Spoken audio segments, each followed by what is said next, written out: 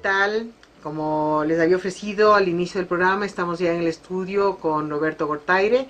Esta es una entrevista en vivo para Radio Serenidad y estamos también con nuestros seguidores en YouTube, que es importante que sepan que esta es una entrevista en vivo. Estaré atendiendo las inquietudes de los oyentes en la medida que las haya por nuestros medios sociales.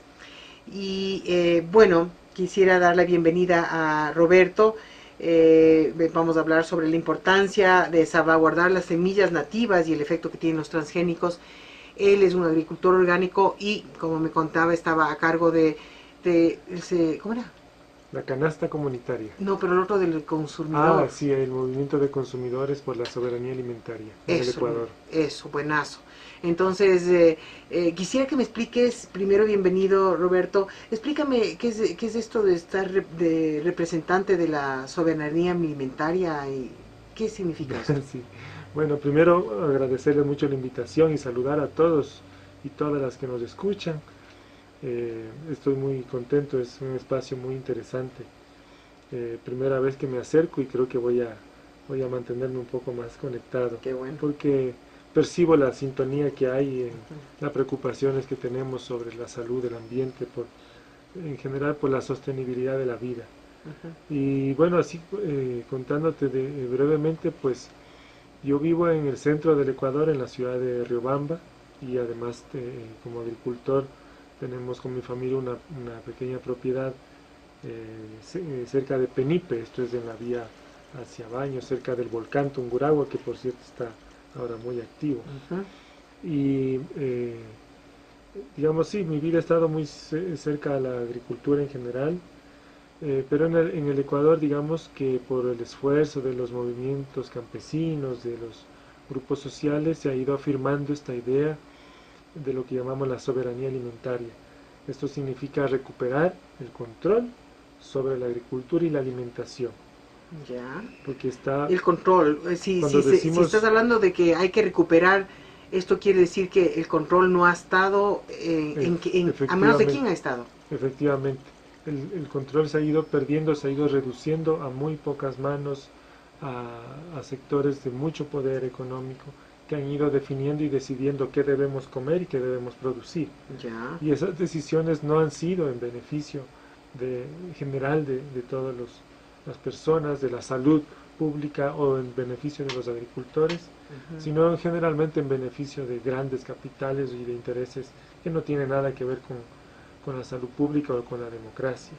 Por eso la soberanía alimentaria se plantea como un derecho que tenemos todos a decidir democráticamente y a controlar democráticamente la alimentación y la producción de los alimentos. Pero dime, ¿cómo podemos lograr, si estamos viviendo tan disgregados, tan dispersos, cómo se puede unir la gente o de qué depende que nosotros los consumidores podamos exigir que lo que podemos adquirir en los mercados sea alimentación auténtica, orgánica, que no sea transgénica, por ejemplo? Efectivamente, ese es el gran desafío, pero creo que podemos decir que hay pasos muy importantes que ya se han dado, ¿no? Dime, ¿cómo cuáles? Efectivamente, en el Ecuador, por ejemplo, hace muy poco hicimos nosotros un estudio donde encontramos cerca de 200 iniciativas de comercio agroecológico, es decir, puntos donde en el Ecuador ya se puede encontrar productos agroecológicos. La mayoría de ellos son ferias campesinas donde los agricultores ofrecen sus productos. Otras modalidades son la canasta comunitaria, que son asociaciones de consumidores que se agrupan para adquirir directamente productos agroecológicos. Entonces son iniciativas que ya existen, pero que de alguna forma es cierto también decir que están todavía un poco al margen del gran mercado, digamos así, ¿no es cierto? Claro. Porque es cierto que los grandes mercados están todavía controlados por largas cadenas de intermediación ineficiente en los mercados populares o grandes supermercados. Entonces, ese es un desafío enorme que tenemos los consumidores. Otro paso importante es que hay cambios importantes en la legislación nacional. Por ejemplo, hay la Constitución de la República que establece la soberanía alimentaria como un derecho, como una obligación del Estado.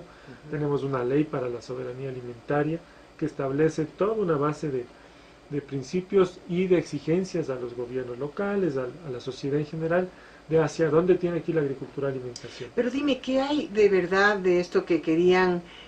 Había este debate sobre las semillas transgénicas y que el gobierno quería un poco promover por ahí la nota. ¿Qué hay de eso? Porque como no se sabe a qué atenerse a veces. Así es. Con el gobierno que toma unas decisiones, después las cambia en 5 minutos, o se va o no se va, un poco inestable la cuestión. Recuerdo que había esta posibilidad de que se adopten las semillas transgénicas. De hecho, debe haber aquí, porque la Monsanto está en el Ecuador. Pero, ¿qué se sabe sobre eso? Bueno, este es un tema que efectivamente venimos trabajándolo nosotros desde el año 95, que es el año en que los cultivos transgénicos empiezan a comercializarse y a cultivarse a grandes escalas, ¿no? En el Ecuador no ha habido, digamos, un desarrollo importante de esta tecnología. Hay, al contrario, un desarrollo más importante de la agricultura familiar campesina y todavía una importante preservación de la agrobiodiversidad. Y eso llevó al país en el año 2008 a declararse como un país libre de cultivos y semillas transgénicas. Es el primer país de América declarado constitucionalmente como país libre de transgénicos. Ahora, esto no significa que ahí terminó la historia. Ajá. Hay un debate permanente, ¿no? A veces aupado por sectores industriales o por sectores académicos, por intereses de todo tipo. Sin embargo, hasta el momento no hay un cambio todavía normativo al respecto. Lo que hay es un debate intenso. Hay efectivamente intenciones en miembros del gobierno incluso, que han dicho abiertamente, desde el propio presidente ha señalado que debería reflexionarse o incluso deberíamos hacer un cambio constitucional. Ya hubo un anuncio de que se iba a proponer una reforma constitucional en el tema de transgénicos. O sea, ¿a favor, en contra? A favor, por Uy, no, supuesto. creo que sería terrible. Ahora dime, una cosa es que el Ecuador como tal desde el 2008 haya sido designado como libre de transgénicos en nuestros embrios. Sin embargo, aquí se importa muchísima soya de Argentina que es totalmente transgénica, o se importan alimentos de otros países que son transgénicos y están en el mercado.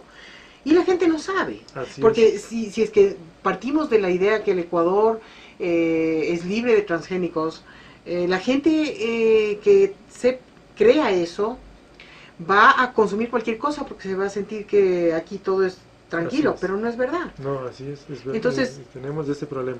O sea, tenemos, para aclarar muy bien este punto, una cosa son la declaración del país libre de cultivos y semillas transgénicas, que eso está así marcada en la Constitución, y otra cosa es el consumo de alimentos. Efectivamente, por lo que tú dices, porque hay alimentos que vienen de otros países y cuyo origen efectivamente es transgénico. ¿Cuál es el problema en este caso? Primero, que efectivamente cuando lo coherente hubiese sido, si estoy prohibiendo cultivar transgénicos porque tengo razones y argumentos suficientes, lo coherente hubiese sido prohibir la el consumo. Así es. Sin embargo, lo que ocurrió cuando se emitió la Ley de Soberanía Alimentaria en el 2009 es que los grupos industriales presionaron en la Asamblea Nacional porque ellos decían ya estamos importando transgénicos. Entonces la Asamblea, al ver, y muchas autoridades al ver que efectivamente había ya el ingreso de transgénicos, lo que decidieron, en contra de los movimientos sociales, fue autorizar el consumo, pero exigiendo el etiquetado. Es decir, que haya una etiqueta de esos productos que claramente los identifique como de origen transgénico.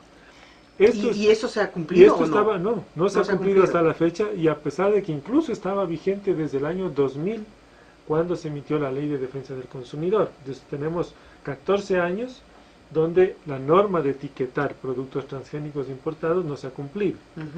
Entonces, ventajosamente, eso, insisto, ha sido parte de permanentes debates y de una lucha fuerte también de este naciente movimiento de consumidores.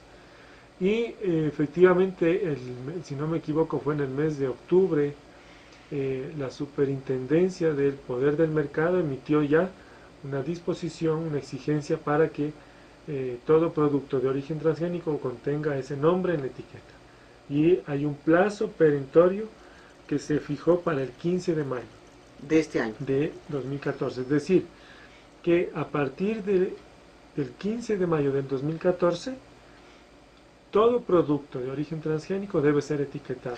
Pero ¿y Si los no, productos que han estado en percha, que están en percha, que no salen desde el 15 de mayo, qué va a pasar con esos productos? ¿Tienen que retirarles del mercado? claro, o sea, a partir del 15 de mayo, cualquier producto de origen transgénico y que no exista una etiqueta que lo señale, va a ser, va a incurrir Multado. ya en infracciones y tendrá Ajá. que empezar a pagar multas y a ser sancionado según la ley de poder Otra de fuente mercado. de ingreso, imagínate, para el gobierno.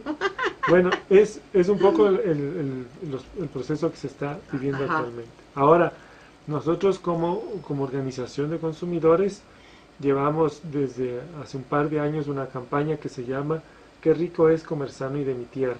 ¿Y en dónde se ve esa campaña? La campaña la hemos movilizado en general en todo el país, quizá más fuertemente se ha visto en Quito, Guayaquil, en Sierra Centro y otras zonas. Pero en televisión, No, ¿no? es una campaña más, como te digo, a nivel de redes sociales y a nivel de nuestras ferias agroecológicas, en los espacios Ya. de foros ciudadanos donde más podemos intervenir.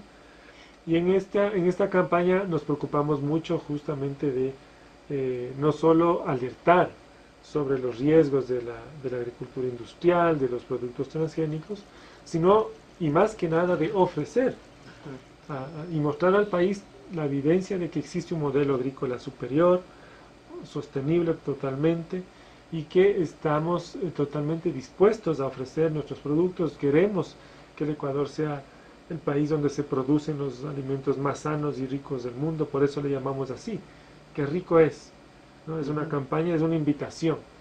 Entonces, esta campaña tiene una modalidad que le llamamos los talleres interactivos, que es justo un encuentro muy directo con la comunidad, con los consumidores que van a las ferias o a los barrios.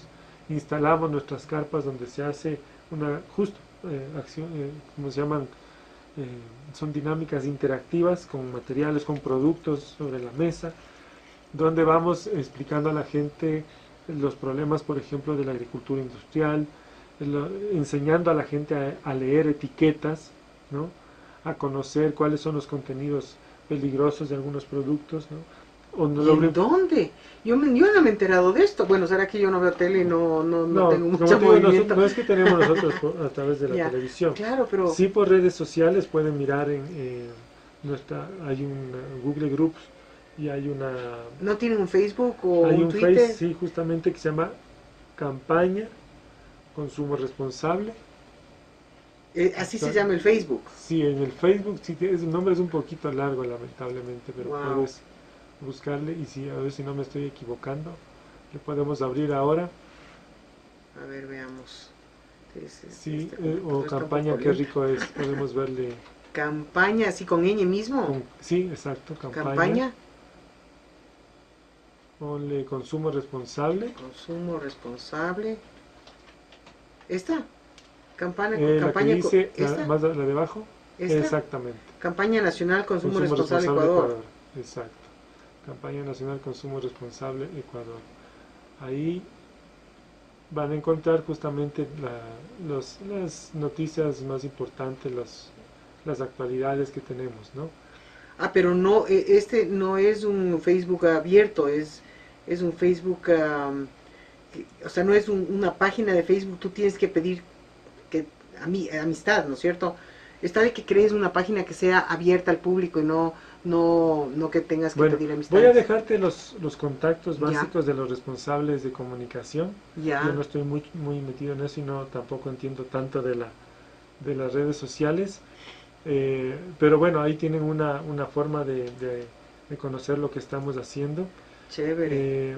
Estamos justamente por publicar ahora el Directorio Nacional de las Ferias Agroecológicas para que todo el mundo pueda conocer en dónde, si quiero adquirir estos productos, si quiero conocer fincas agroecológicas, dónde puedo estar, dónde están los contactos. ¿Y en dónde van a publicar esto? Va a haber una edición impresa y también vamos a tener una edición electrónica a través de la web, ¿no? Ah, ya. Ahora, cuando tú estabas hablando de que querían mostrar a la gente que había una producción superior, entiendo que tú dices que la agricultura orgánica es superior a la industrial. Por supuesto. ¿Nos puedes explicar por qué? Bueno, prefiero siempre referirme a agroecología, porque es una disciplina científica mucho más elaborada, digamos.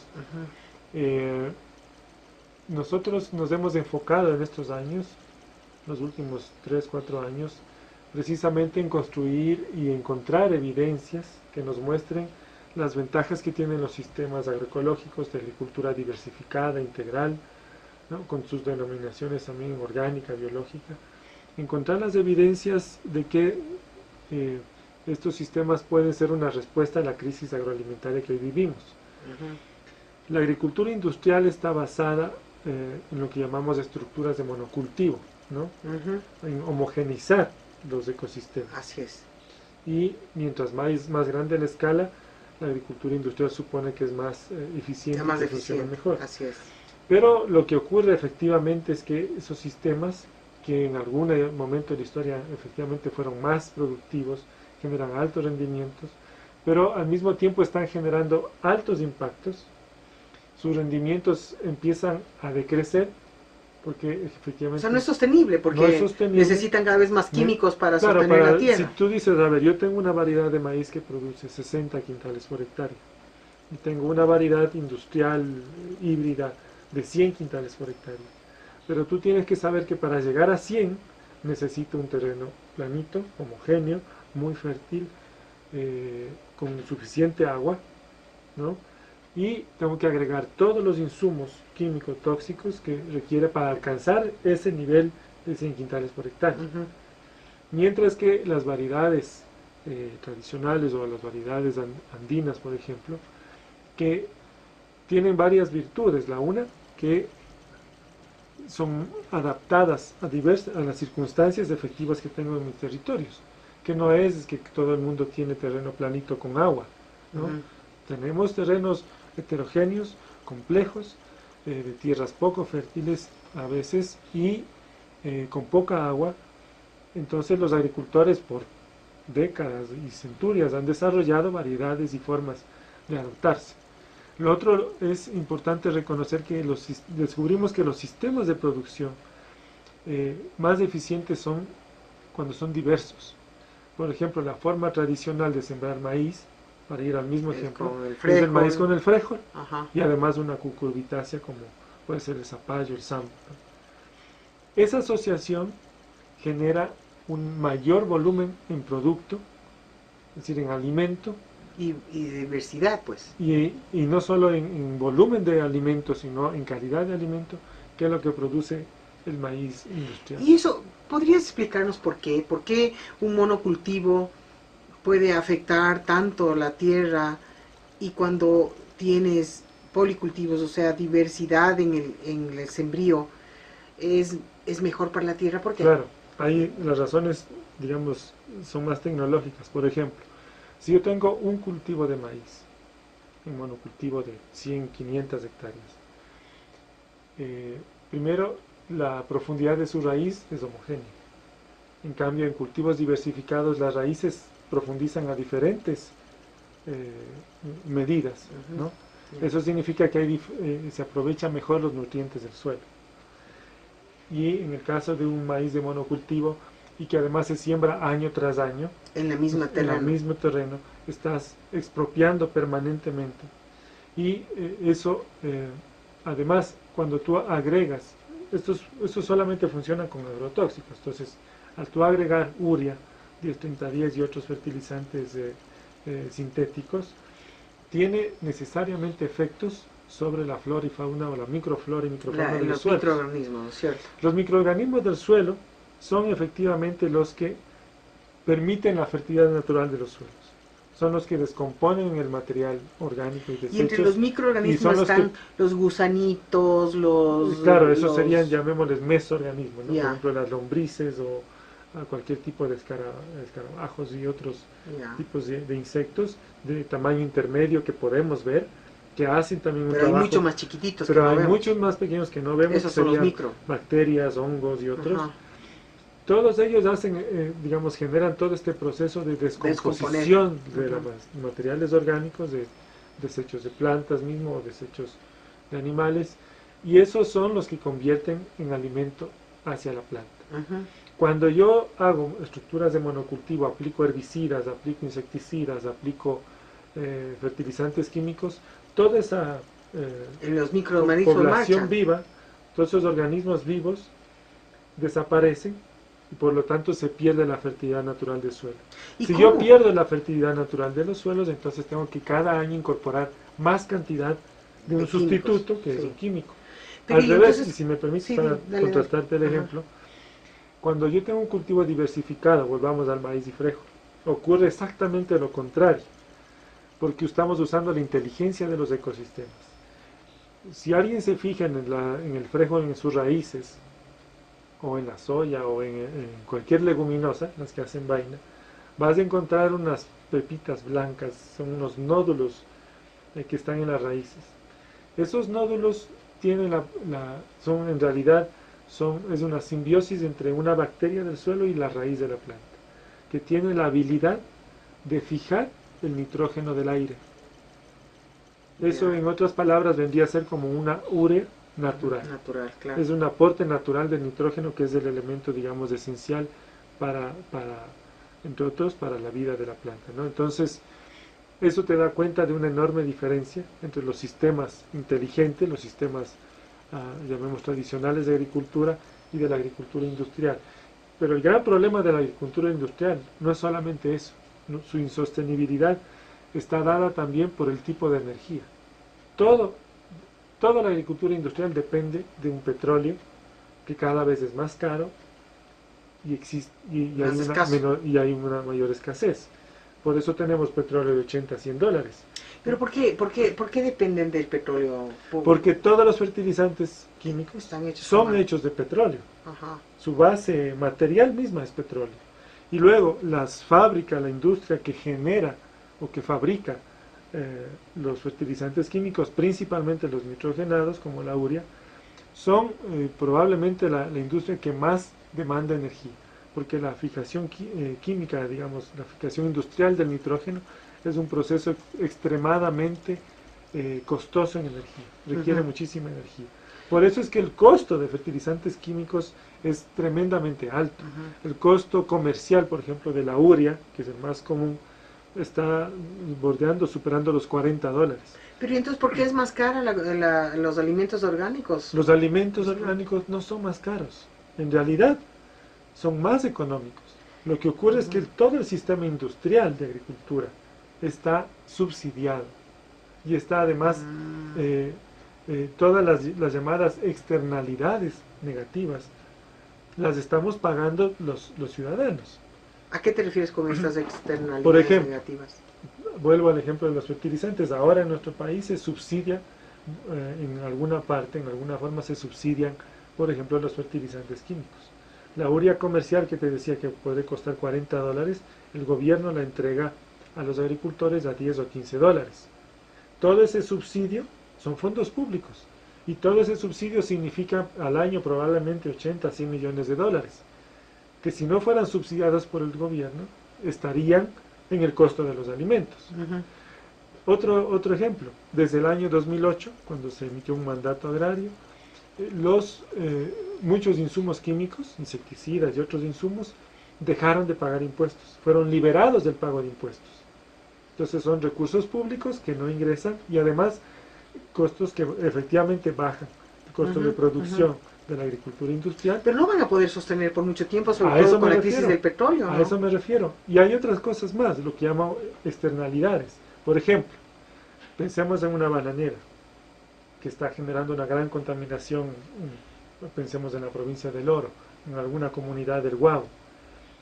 Yo fui testigo de algún diálogo justamente entre una empresa y la comunidad.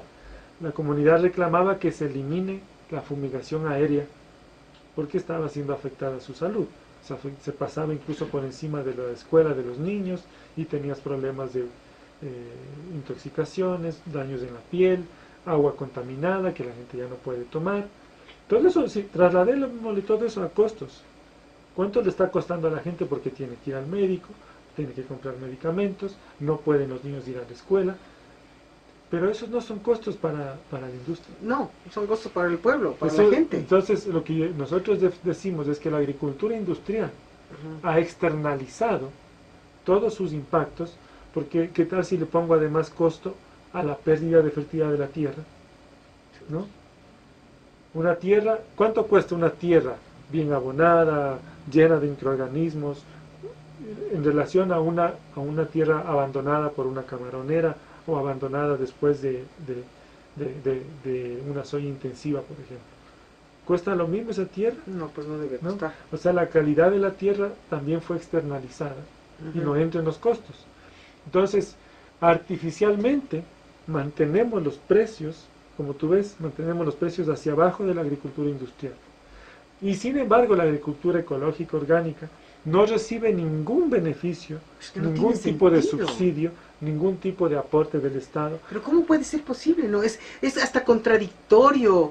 Bueno, quizás entiendo que por factores económicos, que deben moverse, pero a lo bestia, como se diría, por factores económicos, al gobierno le convendrá más el movimiento económico generado por toda la agricultura, la industria, ¿no? Claro, por eso yo insisto mucho en que esto no es es un problema de entender el sistema económico, no solamente de ver el precio, porque el precio es artificial.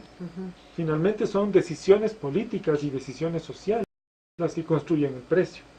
No es una obra, digamos, natural, o que la libre oferta y demanda es la que define las cosas. No funciona así. Son los intereses, muchas veces corporativos, los que definen a la final qué es lo que tiene que ser. Y te aseguro, por cualquier vía que se quiera hacer un análisis del sistema económico, la agricultura industrial siempre es más costosa y es muy dispendiosa, además, en el uso de recursos, mal uso de suelo y excesivo uso de agua. La agricultura no es más eficiente por ecológica, ningún lado. por ningún lado. Y insisto, es mucho más costosa. Si sacáramos los costos reales de producción de la agricultura industrial frente a la agricultura ecológica, por supuesto que la agricultura ecológica es mucho más eficiente y más barata. El problema es que la artificialización de los precios hace que aparezca una competencia, digamos, desleal. Sin embargo, nosotros hemos logrado, en estas iniciativas de comercio agroecológico, hemos logrado equiparar o incluso reducir los precios al consumidor. ¿Cómo hacemos eso? Porque al menos logramos una ruptura de las cadenas de intermediación. O sea, hacemos unas ventas directas. Venta directa. Yo te puedo asegurar, en mi caso en Riobamba, nosotros tenemos un sistema, como explicaba, la canasta comunitaria. Compramos alrededor de 20 productos agroecológicos campesinos. Nos unimos 100 familias de la ciudad de Riobamba, consumidores, aportamos una cuota de $12.50 cada 15 días y con eso adquirimos una canasta de productos que incluye 20 a 22, 23 productos. La mayoría de ellos los compramos a fincas agroecológicas y te aseguro que ahorramos 80% del costo de los alimentos.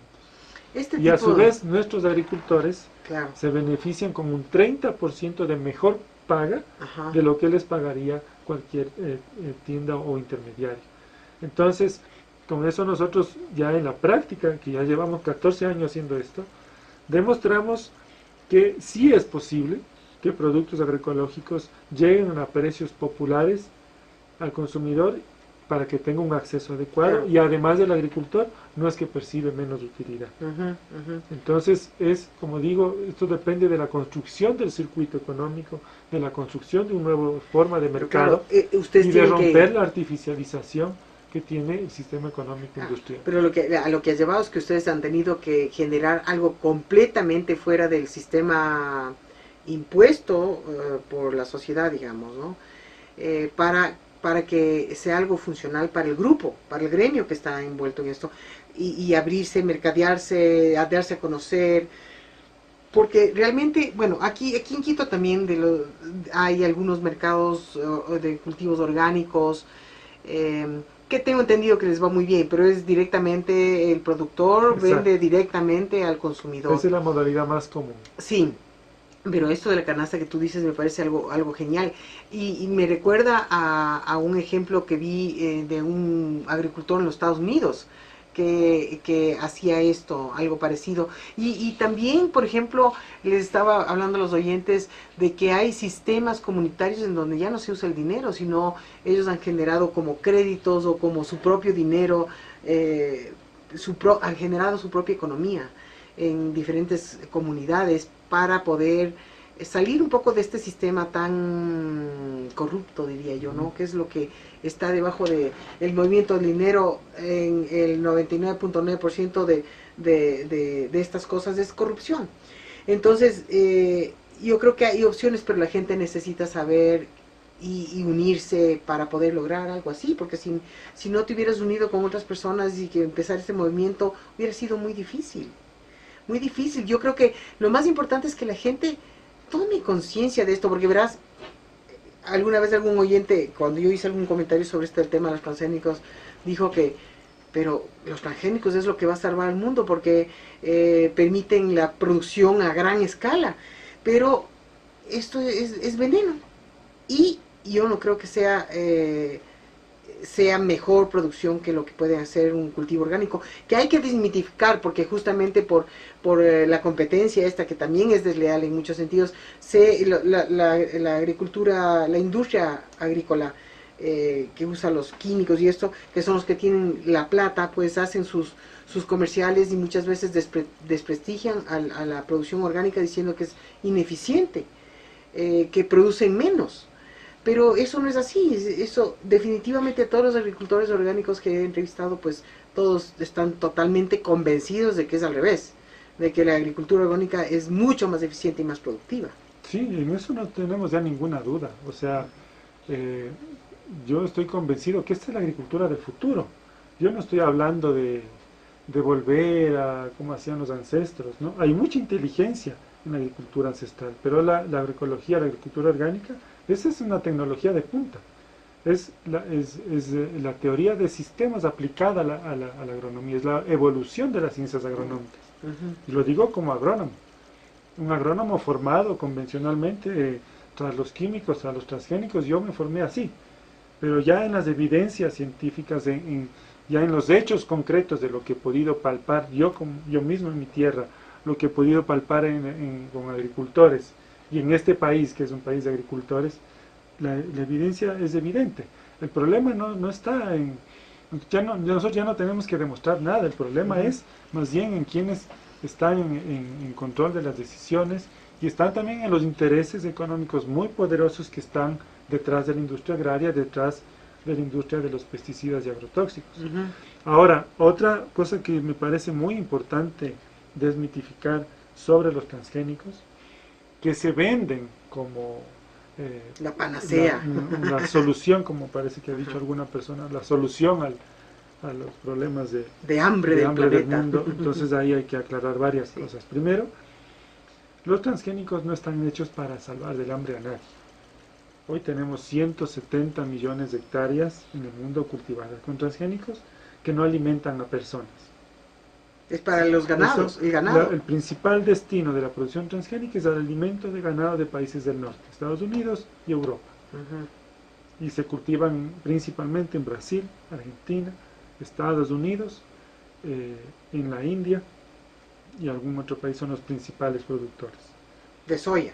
Soya es el principal cultivo transgénico. Pero también el trigo. No, trigo no. Ya. Son 4 los cultivos principales de transgénicos que cubren estas 170 millones de hectáreas, que son el soya en primer lugar, casi la mitad, un maíz, pero es el maíz que se usa justo para balanceado animal, maíz duro, el algodón, que es para textiles, para ropa, y la canola o colza, que es el que se obtiene el aceite, ¿no? El aceite de canola. Aceite de canola, pero el otro uso fundamental es para agrocombustibles.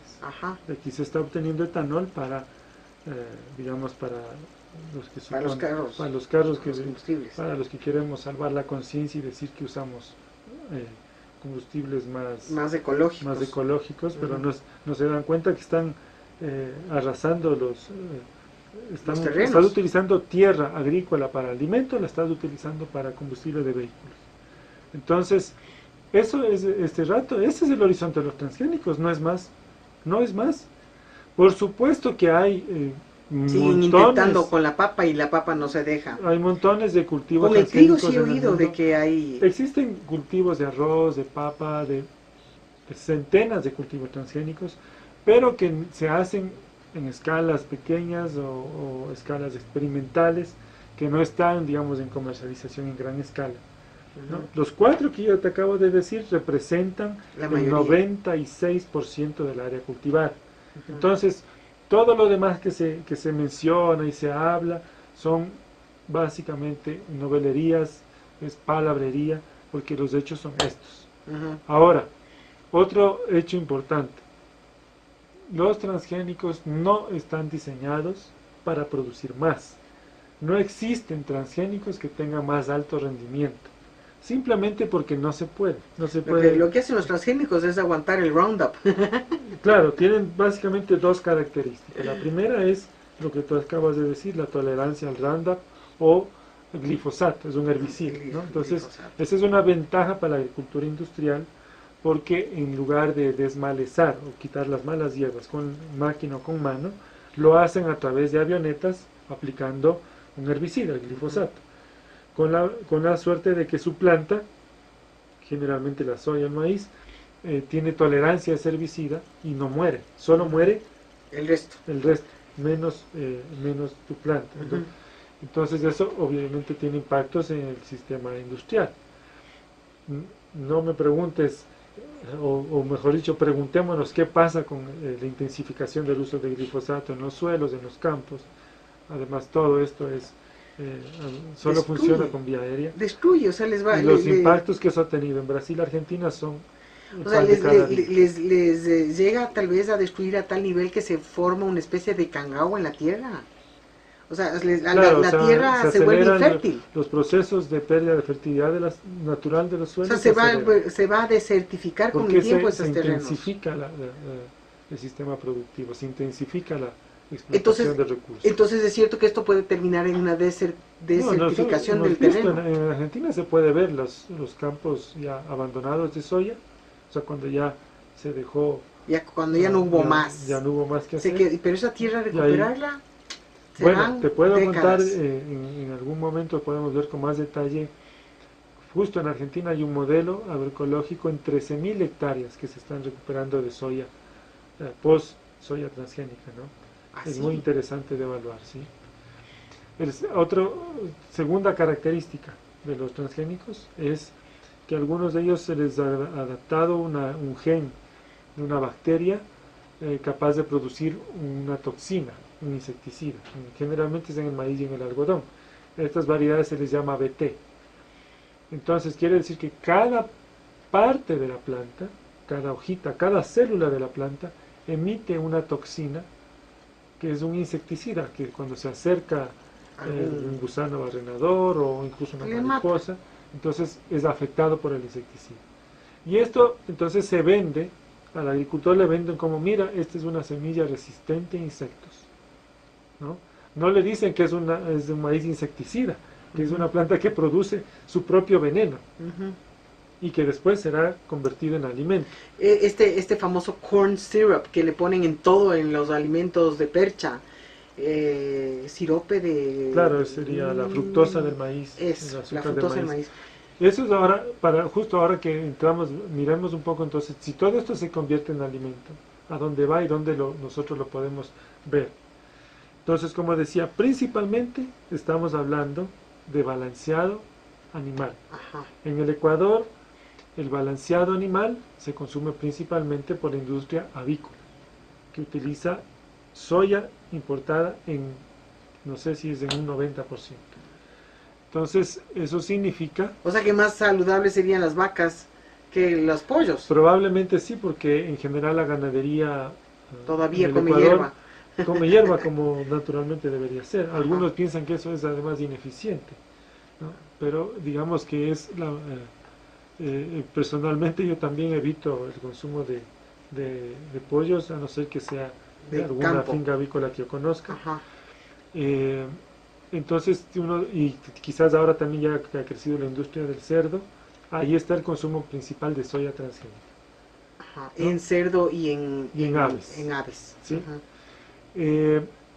También podemos mirar estos productos transgénicos en algunos productos industrializados, por ejemplo aceites, ¿no? Aceites de soya o aceites de maíz si son importados. Comúnmente se empieza a ver también de la canola o colza. Sí, se ve, ve. se vende. Generalmente es importado, en el Ecuador no se cultiva la colza, hay Ajá. algunos cultivos experimentales. Y por supuesto hay lecitinas de soya, fructosa de maíz, que se utiliza En hacer alimentos. en industria alimentaria, ¿no? Ajá. Entonces uno, y es como decía, ya en el Ecuador es obligatorio a partir del 15 de mayo, mejor dicho, hasta el 15 de mayo, ya todos deben tener etiqueta. Ajá. Si en tu producto has incorporado lecitina de soya transgénica, fructosa de maíz transgénico, canola transgénica, tendrá que estar en etiqueta.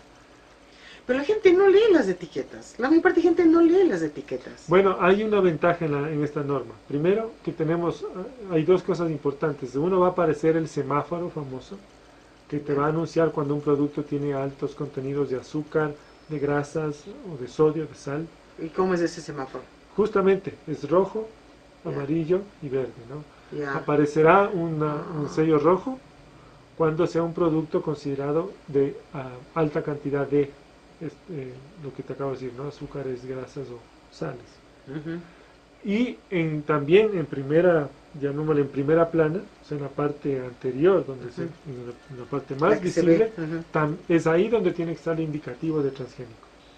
Ya ahora mismo yo he podido ya observar productos en mercados, en supermercados, que ya están integrando el indicativo cuando son libres de transgénicos.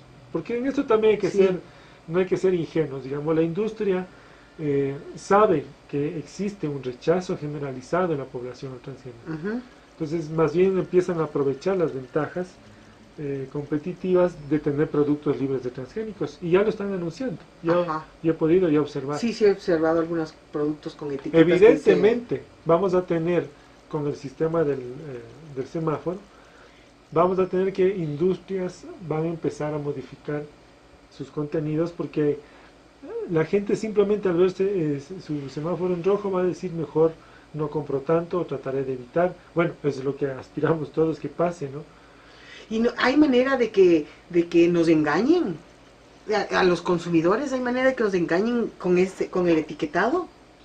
Bueno, precisamente yo creo que ahí eso ya es una tarea que nos corresponde a nosotros, a los ciudadanos. No podemos esperar que porque todos claro, no van a de querer... buena voluntad, y no podemos esperar que las autoridades obren así es. A juicio, ¿no? Sí, porque nos corresponde a nosotros que pasen dinero por abajito y todo. Para eso yo creo que es importante estas organizaciones del consumo. Y es lo que nosotros intentamos ahora estimular. Y precisamente hemos tenido mucho diálogo con la Superintendencia del Poder del Mercado y otras autoridades. Se nos ha indicado, por ejemplo, que hay formas de construir lo que llaman observatorios para el consumo responsable. Significa que tendríamos nosotros la potestad de visitar las perchas de supermercados, de revisar las etiquetas, de denunciar cuando encontremos nosotros, o pedir explicaciones cuando no haya información clara, o cuando tengamos sospechas de que hay una farsa. Entonces, pero insisto, eso nos corresponde a los ciudadanos. A los ciudadanos, así es. Y nos corresponde. ¿Y a dónde puedes denunciar? ¿A dónde podrían denunciar los ciudadanos? Bueno, en esto entiendo que habrá, ya todos los procedimientos se están afinando, pero en el Ecuador tenemos algunas instancias. La primera, yo creo que la que ha tomado esta iniciativa es la Superintendencia del Poder del Control del Mercado. Tenemos la Defensoría Pública, Defensores del Pueblo, y hay una dirección del consumidor en uno de los ministerios. ¿Y qué tan eficientes son estas entidades públicas? Porque si son gubernamentales y el gobierno está apoyando la agroindustria, bueno, y el por ahí, yo diría que en el gobierno no hay una posición uniforme, ¿no? O sea, hay actores políticos que están pujando porque se rompa la Constitución, e incluso yo pude ver una propaganda del propio Ministerio de Ambiente promoviendo los transgénicos. Qué horror. Y sin embargo hubo otros actores del mismo gobierno que o sea, están ahí en la lucha. hicieron frente a eso, vieron que no era pertinente, se retiró esa publicidad, han hecho este anuncio permanente de que se debe precautelar la agrobiodiversidad ecuatoriana, que hay que promover la agroecología, ¿no? Entonces eso yo creo que es una disputa permanente que claro, hay, difícil, no solo dentro del gobierno, sino en general en la general. sociedad. Ajá. En el mundo de la academia nosotros nos hemos batido y enfrentado con ingenieros agrónomos y personas que todavía piensan que la agricultura química industrial es la panacea, ¿no? Donde ya es difícil, ya digamos la obsolescencia también digamos está en la academia, sí. Y no hay una mirada así más integral de la problemática agraria, ¿no? Sí, ahora quisiera, es que me acaba de cruzar aquí, ve así, Shiva Bandana. Estuvo aquí en el Ecuador. Sí. ¿Estuviste con ella? Ha venido 3 o 4 veces. Sí, estuviste con ella. Estuvimos en uno de los eventos. Ya. Fue muy importante en la Universidad Central. ¿Ah, sí? Y porque ella es, como decir, una representación importante de esto, es una vocera importante de la importancia de recuperar estas semillas por supuesto, nativas. Además, ¿no? Bueno, primero es una científica muy reconocida y muy calificada en todo el mundo, ¿no? Ella es de la India, sí. donde de hecho pues se sabe que hay un desarrollo científico importante.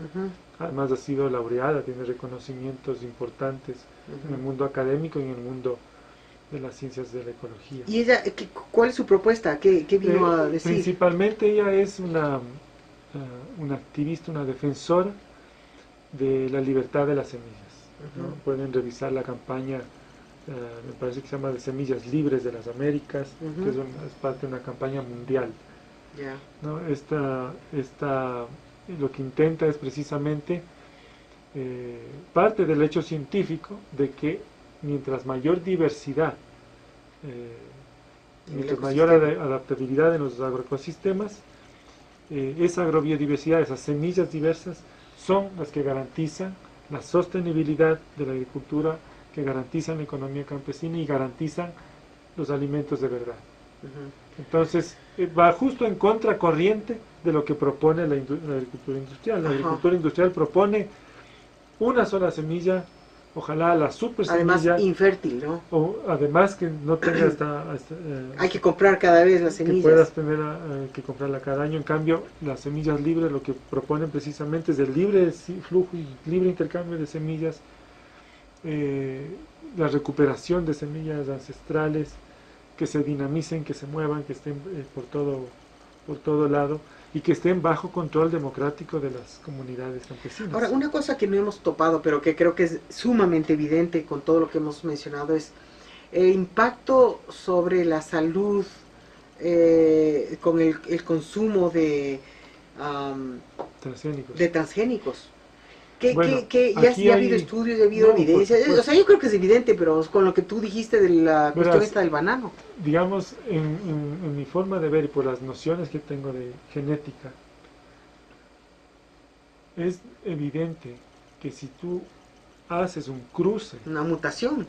Es una mutación finalmente. Es diferente una mutación, pero en este caso hablemos de que se trata de un cruce de organismos que naturalmente no sería posible que se crucen, ¿no es cierto?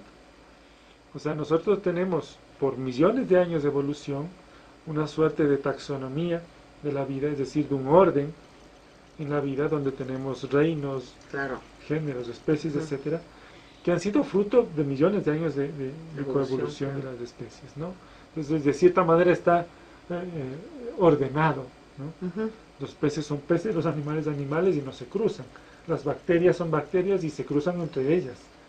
Pero con el desarrollo de la ingeniería genética se logra la habilidad de romper las barreras naturales de la evolución, y eso es efectivamente lo que se hace. Se rompe las estructuras internas o se confunde químicamente o biológicamente a la planta para que acepte genes ajenos. Y lo que principalmente son, pensemos la soya transgénica o el maíz transgénico, son organismos que incluyen genes de bacterias y genes de virus. Normalmente un transgénico contiene genes mezclados de 4 o 5 organismos diferentes, ¿ya? Entonces, esto es algo importante que la gente sepa. Porque esa primera noción de entender de que se trata de una mezcla fuera del orden natural, ya ese solo hecho ya tiene que generarnos a nosotros un nivel de conciencia Claro. de la ética de la ciencia y de lo que es y no, o qué línea se debe y no traspasar. Ujú. No estoy yo en contra de la ingeniería genética en general o el desarrollo del conocimiento, ¿no? Es más, entiendo que puede haber Cosas favorables. cosas interesantes, ¿no? Yo me refiero, por ejemplo, se habla mucho de la industria médica, que fue en donde empezaron los transgénicos hace 40 años, para generar medicamentos, o por ejemplo insulina, ¿no? Que la utilizan los diabéticos. Mucha de la insulina que se usa proviene de una bacteria transgénica. Sin embargo, estos organismos en la industria, digamos, farmacéutica están confinados, están en áreas estériles, se trabaja en cámaras aisladas, no se liberan al ambiente. Creo que la liberación al ambiente, esa es la locura de los transgénicos. Y se hace sin ninguna reserva, sin ninguna posibilidad ya de control. No hay normas de bioseguridad posibles para contener 1000 hectáreas de soya, 5000 hectáreas de maíz que están interactuando en los ecosistemas.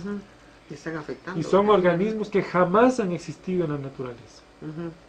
Entonces lo obvio y lo natural es que cuando esos organismos ingresan a nuestro cuerpo van a interactuar con nuestro organismo, van a ser parte de nuestro organismo, van a mezclarse incluso con nuestra propia flora interna bacteriana, con efectos que son impredecibles. Ujú.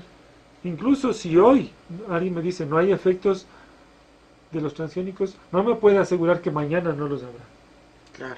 Ahora, el punto clave es en el año 95, es decir, todavía no se llegan a los 20 años de que se liberaron los transgénicos al ambiente y empezaron a ser parte de nuestra dieta. Nadie, al momento te hablo, nadie puede negar hoy que los transgénicos tengan o puedan tener efectos sobre la adversos. salud. Ni siquiera Monsanto lo niega, ni los organismos de control lo niegan. ¿Por qué razón? Porque ya hubieron casos en que productos transgénicos causaron efectos en la salud pública. Hasta la muerte de gente. Yo tengo únicamente reconocido casos de muerte en los años 80 por el consumo de me parece que era un aminoácido, producto de la biotecnología médica, me parece que era el L-triptófano, que se consumió en Estados Unidos en alguna fórmula nutricional o médica que causó la muerte de al menos 30 personas. Es el único caso que se ha registrado en esa medida. Y ese producto fue retirado. Luego tuvimos, si no me equivoco, en el 2002, en Estados Unidos también, yo lo vi por televisión, no es que son cosas secretas, hubo más de 1000 casos de intoxicación severa por consumo de un maíz de una variedad transgénica que se llamaba el Starling, y que está prohibido para consumo humano. Entonces, Pero ¿cuál es la diferencia si es que está prohibido para el consumo humano, pero lo comen tiene las uso- vacas y no, después te comes la en vaca? el caso del Starling, a pesar de que se prohibió para consumo humano, se mantiene por usos industriales. O sea, le extraen de ahí el almidón u otros derivados del maíz. O sea, digo, también me parece a mí una absoluta locura, pero Claro. sí funciona. Ajá. Y estamos hablando de Estados Unidos, donde donde es menos regulado los transgénicos y donde ni siquiera hay etiquetas. Así es. Y eso es por el enorme poder de la industria. Ujú.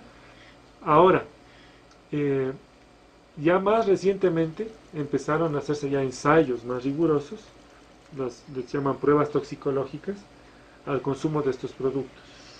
Entonces, yo no tengo ya la menor duda de que las pruebas toxicológicas hechas seriamente y con independencia han probado que el consumo directo y prolongado de alimentos transgénicos es peligroso para la salud. El caso más notable fue publicado en el año 2012 y fue igualmente una noticia pública. ¿Cuál caso fue?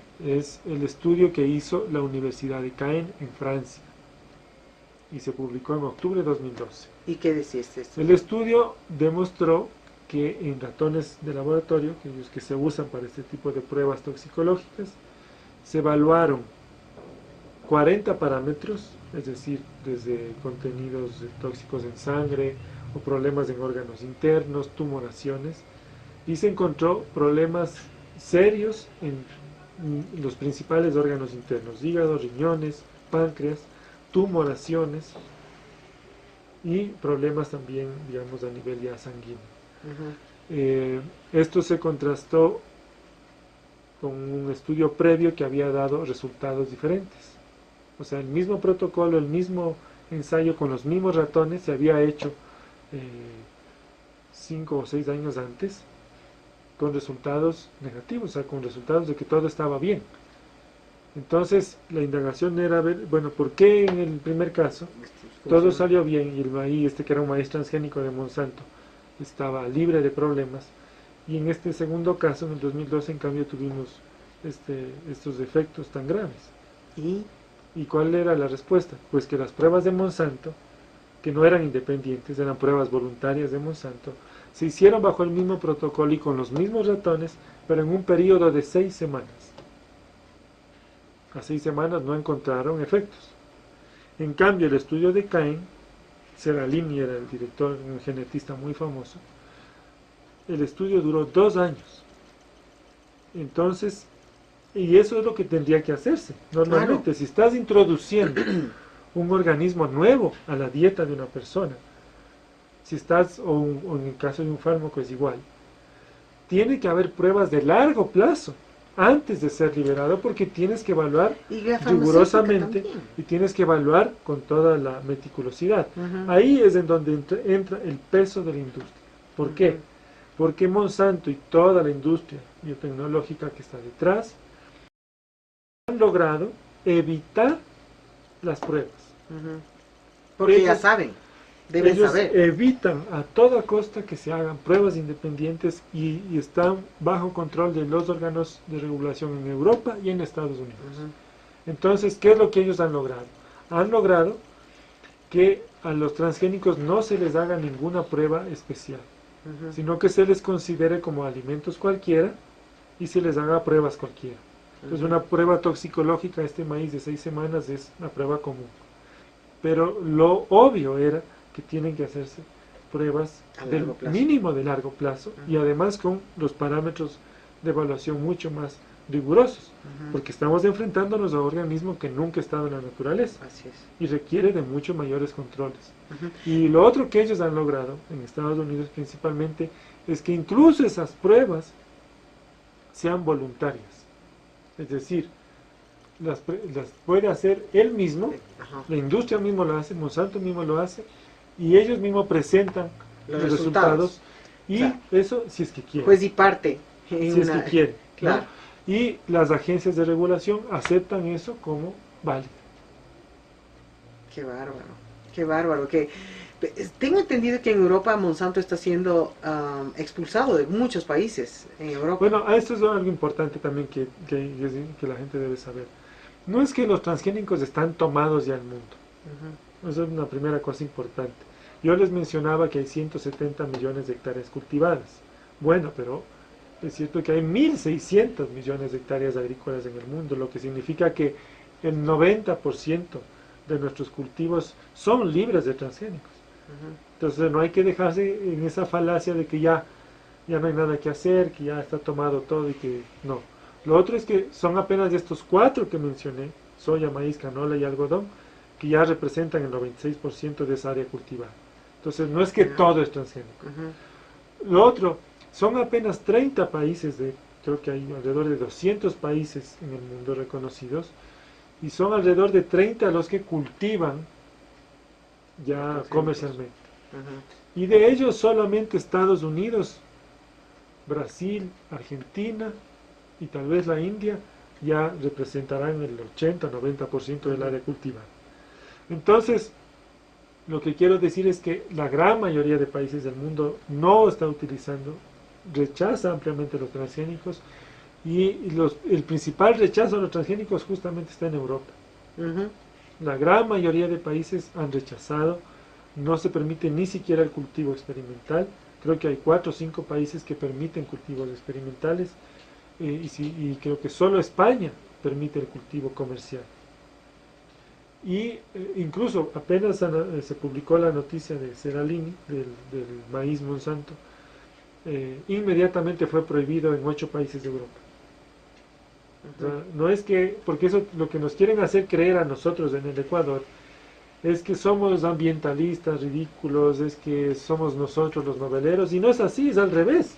Los noveleros son ellos. Transgénico no es ciencia siquiera, es un juego de azar y absolutamente irresponsable y falto de ética la liberación de estos cultivos al ambiente. Y peor aún, que se haya introducido en la dieta de mis hijos, de tus hijos, los introdujeron sin información previa, con total ocultamiento de la información.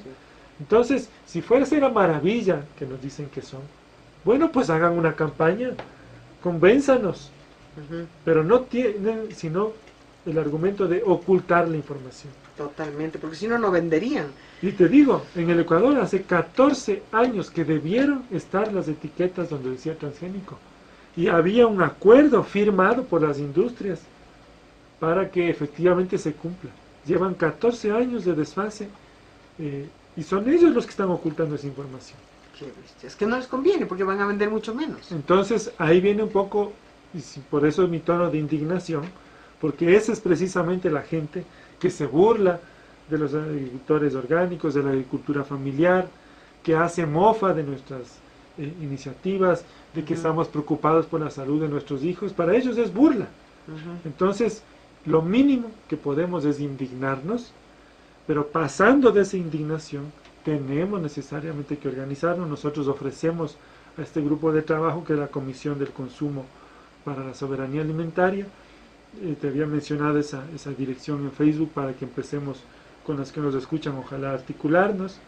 Nosotros nos reunimos en Quito cada 15 días para programar todas nuestras acciones y tenemos una red de activos en varias provincias del país. Vamos a publicar el directorio de agroecología. Entonces, digo, ese es el siguiente paso. No quedarse con indignación, sino que tenemos que ser proactivos. Ve, una cosa que te quería preguntar es, hoy en día hay N cantidad de enfermedades, de gente alérgica, la intolerancia al gluten, que es la que quisiera toparte, porque conozco, antes jamás, cuando yo crecía jamás oía de alguien que tenía problema por intolerancia al gluten o esta cuestión. Y ahora hay una nota pero gigantesca sobre esto. Y tú me dices que el trigo no es exactamente transgénico, pero hay un problema ahí, que antes no había. Sí, hablemos del trigo, verás. Primera cosa, el más del 90%, quizá el 95% del trigo que consume nuestro país es importado. Aquí dejamos la producción de trigo desde los años 70. Lo otro, no es que en el Ecuador antes el consumo de trigo, y aquí estamos hablando de pan, de harinas, de fideos, etcétera, no es que el consumo de esos productos era tan alto como ahora. Todo esto es producto de la inducción de la industria. Hemos sido inducidos a ese tipo de consumo, a veces por razones económicas, ¿no? Imagínense ahora ustedes, si estamos importando el 95% del trigo con el que se hace el pan nuestro de cada día, imagínense además que el precio del pan artificialmente se ha mantenido hacia abajo, precisamente porque hay un subsidio a la harina de trigo. Eso quiere decir que con recursos públicos estamos subsidiando a grandes latifundistas, industrias agrarias del trigo en Estados Unidos, en Argentina y creo que en Australia, que es de donde proviene nuestro trigo. No es ni siquiera para fomentar la producción local. Hay iniciativa, y lo reconozco, he visto en el gobierno, he visto en alguna provincia, iniciativa para recuperar la producción de trigo. Pero incluso, si nosotros toda el área disponible para trigo la cultiváramos ahora, apenas resolvería el 30% de la demanda. Entonces, fíjate que en este caso el problema está también en el consumo. La pregunta es, ¿tenemos que consumir tanto trigo? es absolutamente Yo te digo necesario. una cosa, yo dejé de consumir todos los productos de trigo en septiembre del año pasado. Como era vegetariana por muchos años, pues la base de mi alimentación para estar llenita, en mi caso sumamente llenita, era gran parte, bueno, que pasta o pan o sándwiches o cosas por el estilo. Cuando decidí dejar, tú no tienes idea el cambio inmediato en mi sistema de salud y digestivo. Esto me ayudó a entender que debe haber algo, sea porque es importado, la manera que le tratan al trigo, si no es transgénico, los pesticidas o los químicos que deben usar en la producción del trigo, que tiene un efecto nocivo sobre la salud. Ahora, la gente, ya te digo yo que era tan abonada al pancito, que es rico, y pan integral, porque es más, no comía pan blanco, pan integral. Pero yo he visto la diferencia, aún siendo integral, la diferencia en la respuesta antes me da una gripe y me mandaba a la cama. Ahora me da una gripe y me dura 1 o 2 días, un sniz y con un poquito de mucosidad, pero ya no es lo que era antes. Definitivamente yo he notado cambios gigantescos en cuanto al efecto de lo que había, porque es claro, al ver a través de los meses, no, como tú dices, no puedes hacer un estudio chiquitito y dejo de comer una semana y veo, no pasa nada y vuelvo a comer. No, ha sido varios meses en los que he podido probar esto. ¿Quieres una agüita o algo? Agua está Un bien, vasito de agua. Ya, gracias. He podido comprobar, tiene que haber algo. Y lo mismo no solamente es eso, si uno deja, por ejemplo, los lácteos, bueno, con la leche pasteurizada o más que allá, el alimento que comen las vacas en general, aquí todavía es hierba en la mayoría, pero cuando les empiezan a dar algo que no es natural para las vacas, como es la soya o los balanceados, chusa, tú ves el pollo, tiene sabor a pescado, por el balanceado. Entonces, a lo que yo voy es con esto del trigo, que sí me parece interesante un tema, porque hay mucha gente que es muy sensible y hay muchas alergias. De la gente tiene alergia a, que soy alérgico a esto, que el médico me dice que tiene alergia a eso. Pero, ¿por qué? ¿Qué pasa con el trigo? Bueno, yo me gustaría hablar con más argumentos y evidencia, ¿no? Pero en todo caso, el gran problema, me parece, del trigo en el consumo nacional se debe principalmente al refinamiento. Eso creo que ya los que nos escuchan lo saben mucho mejor, que el hecho del consumo de harinas refinadas, además toma en cuenta que el proceso también de panificación del Ecuador incluye algunos procesos industriales que yo pienso que no necesariamente hacen un pan más saludable, el uso de algunos productos para que se infle, para que aguante, para que no sé qué, pero solamente por el hecho de ser refinado ya genera en el proceso de la digestión, ya genera una dificultad enorme, ¿no? Lo mismo sería el azúcar refinada, todo lo refinado, el arroz, sí, el arroz exacto. blanco. Pero en este caso del trigo, incluso, por ejemplo, me decía un buen odontólogo que es incluso más dañino para tu dentadura el pan blanco que la propia azúcar. Porque siempre uno dice, ¿no?, que las golosinas a los niños les dañan los dientes, pero mucho más daño hace el pan blanco. Porque no sé pero si tú te percatas, se queda mucho más la harina, digamos, del pan, los residuos del pan se quedan entre los dientes. Y es el medio de cultivo más adecuado para bacterias. Porque es muy ácido. Por la estructura, pienso yo, y porque son almidones fáciles de descomponer por bacterias. Entonces, pienso que, y he visto a varios especialistas hablando del problema del refinamiento de las harinas y la insistencia en el uso de pan integral, pero cuando uno mira, cuando hablan de pan integral, el que tú compras en cualquier panadería, en realidad es el mismo pan blanco de harina refinada, pero al que le agregan un poquito de harina oscurita o le agregan un poquito de granitos o cositas. Pero la base sigue siendo el pan la blanco. Harina refinada. Entonces, eso no es, digamos, en esa medida tampoco una solución. No conozco y no me gustaría profundizar más cuando se habla, por ejemplo, del caso del gluten, de las alergias que se generan. Habría que indagar más todavía si es que la forma de producción, si las variedades que se están usando a nivel mundial, digamos, en cereales, en el trigo, tiene contenidos altos de agrotóxicos o tiene contenidos importantes de alguna sustancia. Eso no lo tengo yo, eso habría que evaluarlo bien. Pero es importante saber que la misma industria del trigo no acepta no aceptó el trigo transgénico. Y la pregunta es ¿por qué? ¿Por qué sí los olleros, por qué sí los maiceros y por qué no? ¿Y por qué es el esto? trigo? La razón es porque el trigo se consume directamente en largo plazo por personas. La soya y el maíz no. Ay, por los animales. La soya y el maíz se consumen indirectamente a través de los animales. En cambio, como te decía, el trigo es consumo diario, consumo masivo, Claro. permanente y largo Eso plazo. es qué buen punto, Entonces, al parecer, y digo porque vimos un poco esto fue una decisión, yo conocí la decisión del sector triguero industrial de Canadá y del norte de Estados Unidos, donde ellos afirmaban que no iban a aceptar el trigo transgénico, no iban a utilizarlo y que se quedaban con sus variedades convencionales. No digo, ni siquiera estoy diciendo que eran agricultores orgánicos, ¿no? Es la industria convencional.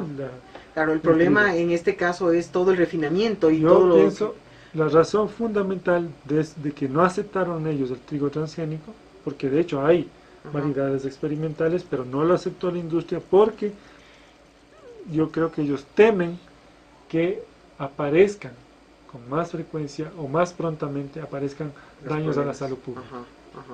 En el caso de la soya y el maíz sería más difícil o más lento porque el consumo es indirecto. Indirecto, claro. Entonces yo pienso que esas son las razones fundamentales de que no vamos a ver trigo transgénico cultivado ni la papa, ojalá, por Dios, en los niveles que se ven. De papa se habla, ha habido algunas experimentaciones. Pero no les ha funcionado. No funciona. Yo conozco Papita un caso muy concreto por un buen amigo que fue uno de los investigadores que trabajó en los años 90 sobre papa transgénica. Se intentó hacer una papa BT, una papa con insecticida, y él nos contaba que iba en desarrollo de la investigación, ¿no? Era una investigación para una gran cadena de comida rápida, una cadena transnacional, pero que empezó a haber una reacción de los consumidores antes de que sea ya popularizado. No me digas. Hubo una reacción de los consumidores, en este caso era del Japón, que levantaron una alerta y dijeron no vamos a consumir los productos de esa empresa si introducen la papa transgénica. Y la empresa desistió de continuar ya con la pero ojalá la papa... Por eso creo que es tan importante que asumamos la conciencia que tiene el poder del consumidor. Claro, ahora dime, ¿cómo puede la gente manifestarse, expresarse? ¿A dónde pueden dirigirse? ¿Cómo se pueden contactar contigo? ¿O qué se puede hacer para estimular la conciencia del consumidor? Bueno, me gustaría si nos pueden contactar las personas que estén interesadas en integrarse a los grupos de canasta comunitaria, en integrarse al grupo de trabajo del consumo responsable. Puedo darles ahorita un teléfono, que es el mío, para que con todo gusto les puedo yo atender. Mi teléfono es el 0999 86 94 84. Otra vez repítelo, por favor. Les repito de nuevo, es 0999 86 94 84. Soy Roberto. Ya. Tenemos una dirección de correo electrónico al que nos pueden escribir, que es consumocuidado@gmail.com. consumocuidado@gmail.com. Ya, buenas. Como les decía, tenemos un grupo de trabajo en Quito que nos reunimos quincenalmente, es la base nacional, pero hay colectivos en Guayaquil, en la zona centro, en zona sur. Ahora, uno puede unirse a estos Sí, grupos, como... nosotros trabajamos, digamos, un poco en un marco más abierto y en función más de un trabajo voluntario y de coordinación Ya, institucional, ¿no? ya, Entonces, nuestra acción principal es la campaña, que eso significa desarrollar eventos, foros, ferias, talleres. ya. También está en la incidencia en la política, eso significa que, por eso la relación que tenemos con la superintendencia del mercado, con la dirección del consumidor, con otras instancias, con la asamblea legislativa. Hemos presentado, nosotros incluso en el 2012 presentamos una ley para el consumo responsable, y esa es otra línea, digamos, de trabajo, ¿no? Ujú, ujú.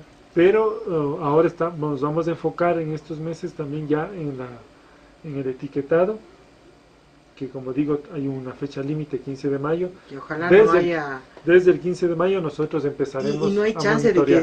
de que le toreen a esto, ¿no? No, Tiene que darse el ya, porque punto. ya fue, digamos, fue primero una medida exigida en el 2013, de un momento al otro negociaron los industriales para llegar a esta fecha, 15 de mayo. Es una fecha ya límite, excedida, Ujú. ¿no? Entonces, y como digo, pues allá son 14 años, no hay razón para más Uy, ¿te das dilatar esto, cuenta? ¿no? 14 Entonces, años. y además vimos que había una decisión presidencial muy firme, ¿no? Fue anunciado Ay, ojalá. también en uno Ojalá que no, de las... lo bueno que haga con la mano no lo borre con el codo. Bueno, pero Ojalá. insisto, Ujú. eso depende de nosotros. Sí. No esperen, no esperemos que... No hay ninguna autoridad mágica que va a cambiarnos la vida, ni tampoco vamos a creer que todos los industriales y empresarios son todos justos y buenos. Ujú, O sea, esto significa una acción coordinada, organizada de ciudadanos, y eso no tenemos que esperar que alguien venga ujú, a resolvernos, ¿no? ujú, Es la conciencia que tomé yo como papá. ujú, Yo tengo 2 hijos. Yo estoy preocupado por mis guaguas, yo estoy preocupado de lo que comen, estoy preocupado de su salud, estoy preocupado de qué va a pasar de aquí a 20 años. Entonces, eso, al contrario de ponerme a lamentar, me movilizó y me claro. hizo que me ponga en marcha porque encontré gente como tú o como gente que seguro nos está escuchando, Ujú. que no solo sufre la misma preocupación, sino que tiene la misma esperanza y si nos juntamos ahí surge el entusiasmo, surge la creatividad Y el apoyo. y vamos logrando Ujú. cosas. Yo, Sí, sí. mira, todo lo que se ha hecho hasta ahora, Ujú. aunque muchos digan que es poco o lo que sea, Pero es pues bastante son también. logros Sí, fundamentales. sí, sí. Ser el único país de América cuya constitución dice que es un país libre de transgénicos. Ser de los pocos países del mundo que han logrado legislar para que haya etiquetas. Ser un país donde hay tanto desarrollo de la agricultura campesina, ecológica. Eso no son...